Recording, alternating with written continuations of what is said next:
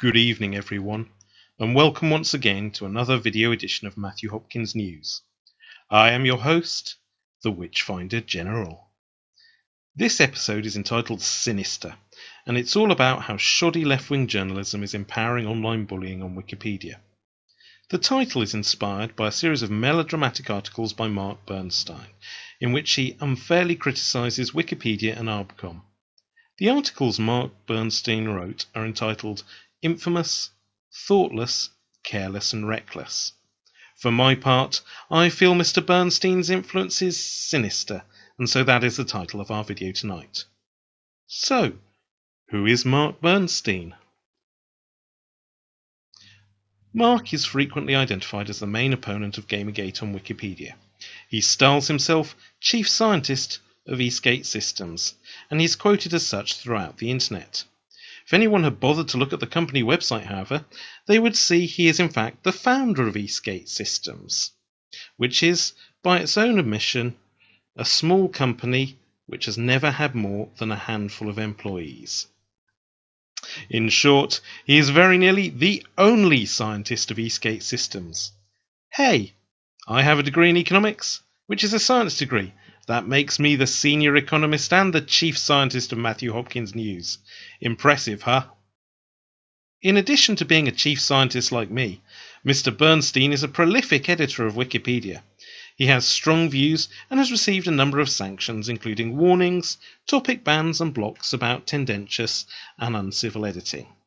We just have a quick look at his user page, and we've got topic bans, blocks, breaches of topic bans, and more blocks. Wikipedia policy warns about people like this.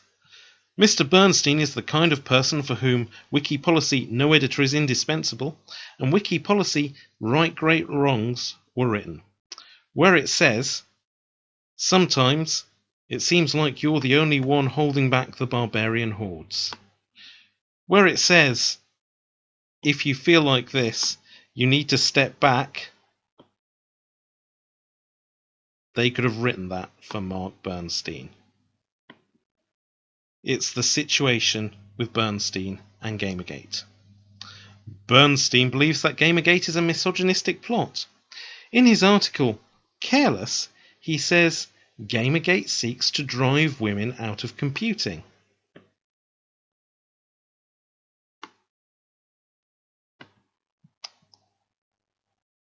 Kotaku in Action has over 40,000 subscribers. Does he really believe that they are all plotting against women? Is Zombie Neath, who I met at the recent Gamergate meetup, plotting against women? Is Mercedes Carrera plotting against women? In reality, Gamergate is a movement with legitimate concerns about extreme left, social justice warrior agenda pushing in the gaming media, and also about ethics in journalism. Understandably, Mark Bernstein was topic banned as far back as 28th of November 2014, and he continued to be the subject of various disciplinary actions until he wrote his essay Infamous, which was quoted in an article in The Guardian by Alex Hearn. Hearn's laughable article is hilariously shoddy. He fails to mention Bernstein's disciplinary history, but breathlessly quotes him as saying, feminists are to be purged en bloc from the encyclopedia. This is of course ridiculous. ARBCOM cares nothing for editors' politics. It cares about process and civility. It sanctions people on both sides for vicious edit warring. In fact, Bernstein regularly attacks people who disagree with him on his crusade against the perceived great wrong that is Gamergate. What is more, editors who have been disciplined and topic banned from Gamergate have been assisting him, for example criticising and swearing at people involved in arguments with him.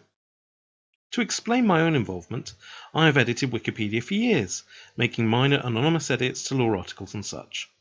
I finally registered recently because of my concern about the incident where my local MP Grant Shapps was accused of sock puppeting under the name of Contrib SX, which led to the highest profile ARBCOM case of all time and the firing of his accuser as an administrator.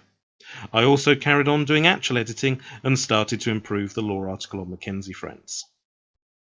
At least when they unjustly accused Shapps, the Guardian tech team were quoting an actual administrator. Hearn's article refers to Bernstein as an editor. a lofty position anyone can hold just by registering. It is literally like quoting an ordinary user on a web forum. At the time Bernstein was uncritically quoted, he was actually under a topic ban that was not lifted until the following month. This is man in a pub told me journalism. Hearn does not go so far as to directly call Bernstein a chief scientist, but he does provide a link to Bernstein's website.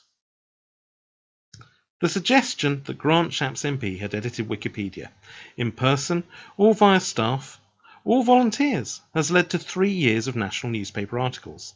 Such a thing, had it actually happened, would have created clear conflict of interest issues. Wikipedia conflict of interest policy is actually pretty good. For example, it says, any external relationship, personal, religious, political, academic, it can trigger a conflict of interest. I'm just going to bring that up now and demonstrate just how wide-ranging the conflict of interest policy is. Any external relationship. Shapps was eventually exonerated by Arbcom, but his accuser was disciplined in part because his status as a former unpaid volunteer for an opposing British political party, the Liberal Democrats, had given him a potential conflict of interest. So how did I encounter Mark Bernstein? Obviously I've covered Gamergate and written several articles on the topic on my blog, however I've never attempted to edit the Wikipedia article about it. The reason I encountered Mark Bernstein is that I noticed an interesting conversation about conflicts of interest. Mr. Bernstein was involved as an unpaid volunteer in US Senator Elizabeth Warren's campaign and had edited her article. A user called Rourke called him out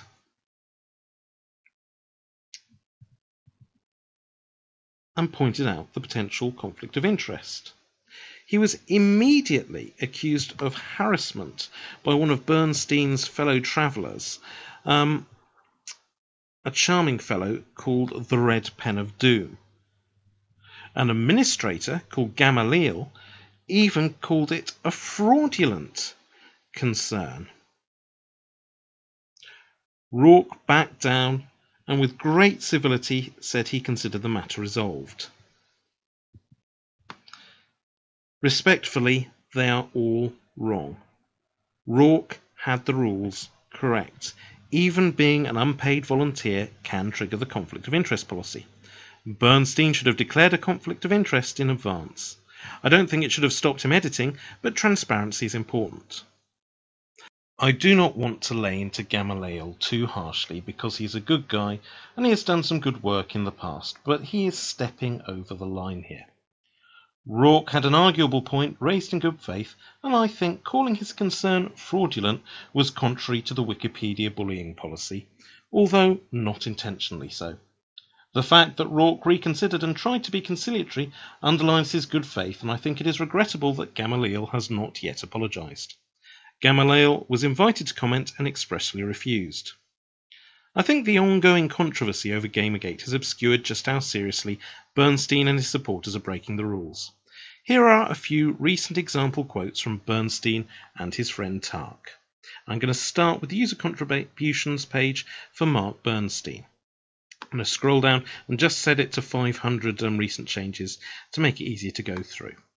So we've got this gem here, misogynistic attacks are the only notable activity of Gamergate, which is just needlessly inflammatory and obviously untrue. Then, if we scroll down, we've got some other charming comments.